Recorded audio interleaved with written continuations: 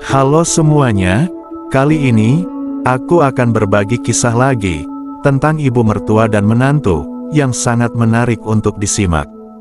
Yang dimana, ibu mertuanya tersebut, menggantikan kewajiban istrinya, untuk memberikan yang demikian itu.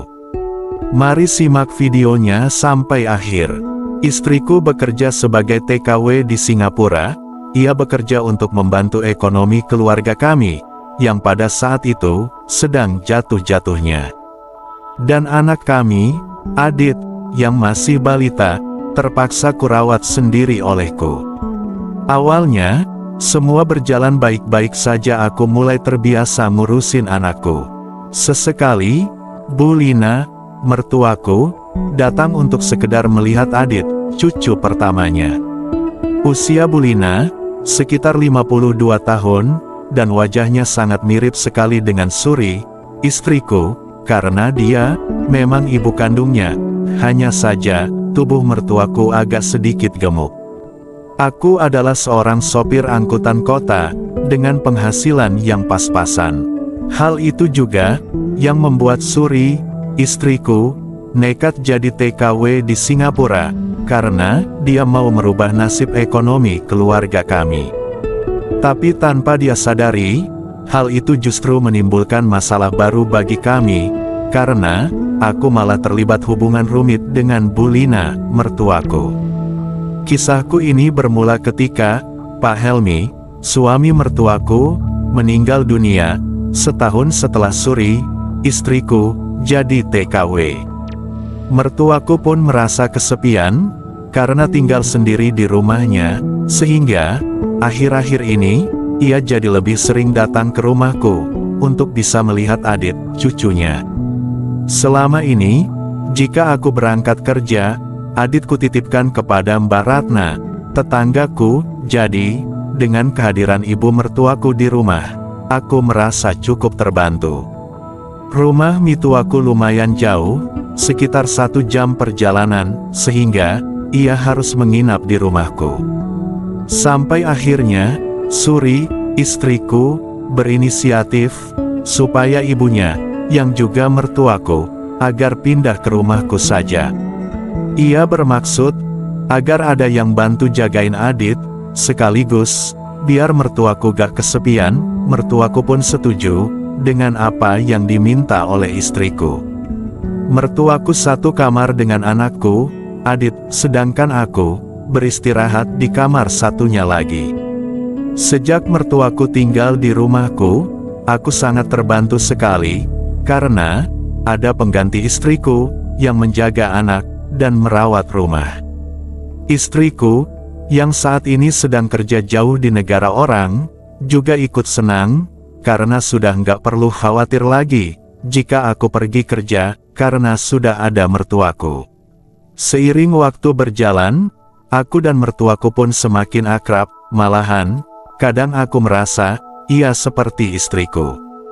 Soalnya, dia bisa mengurus rumah, mulai nyapu, memasak, sampai, nyuci pakaian, mertuaku lakukan. Ia juga yang selalu membukakan pintu, jika aku pulang larut malam, kami juga sering ngobrol bersama. Hal itu, membuat kami tak merasa canggung lagi, jika ingin bercerita apapun.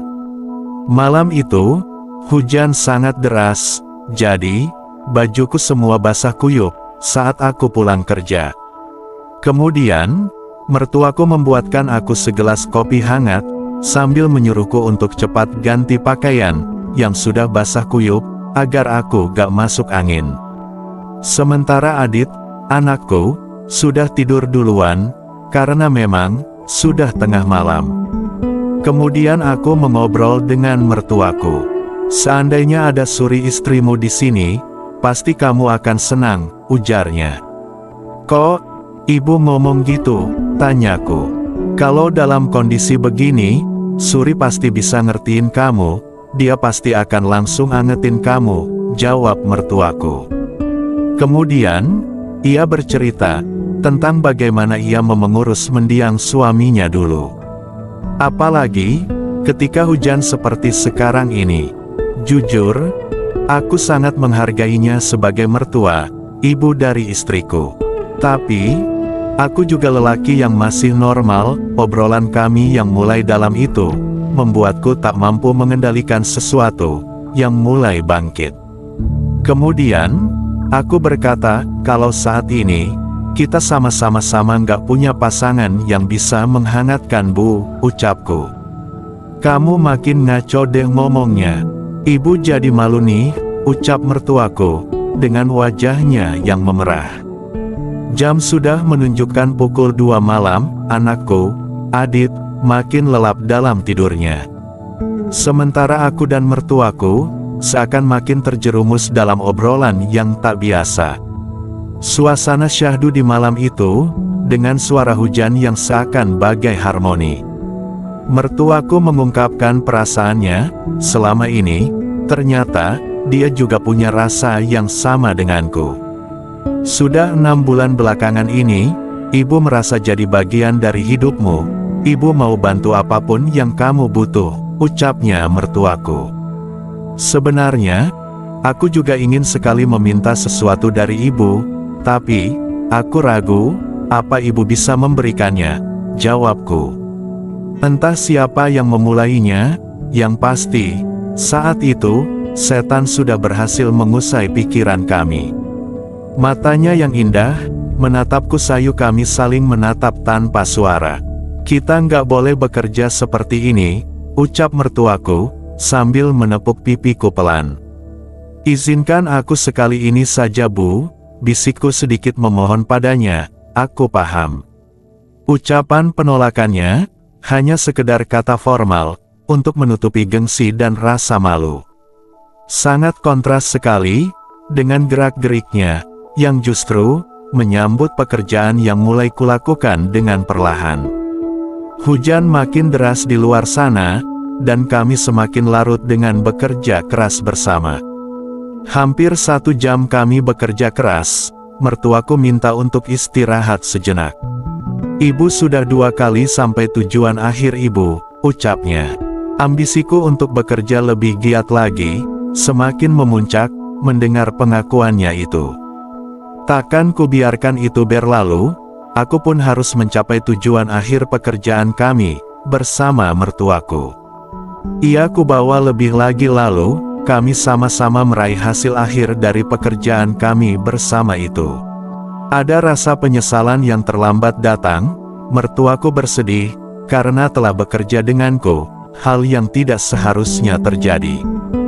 Gimana nanti, kalau Suri, istrimu, pulang dari Singapura, dan tahu akan pekerjaan ini, ujarnya. Aku pun tak mampu untuk menjawabnya. Maaf Bu, hanya itu yang terucap dari bibirku saat itu. Ya udah, kita sudah terlanjur dalam pekerjaan ini, kita jalani saja pekerjaan ini dengan tulus, timpanya.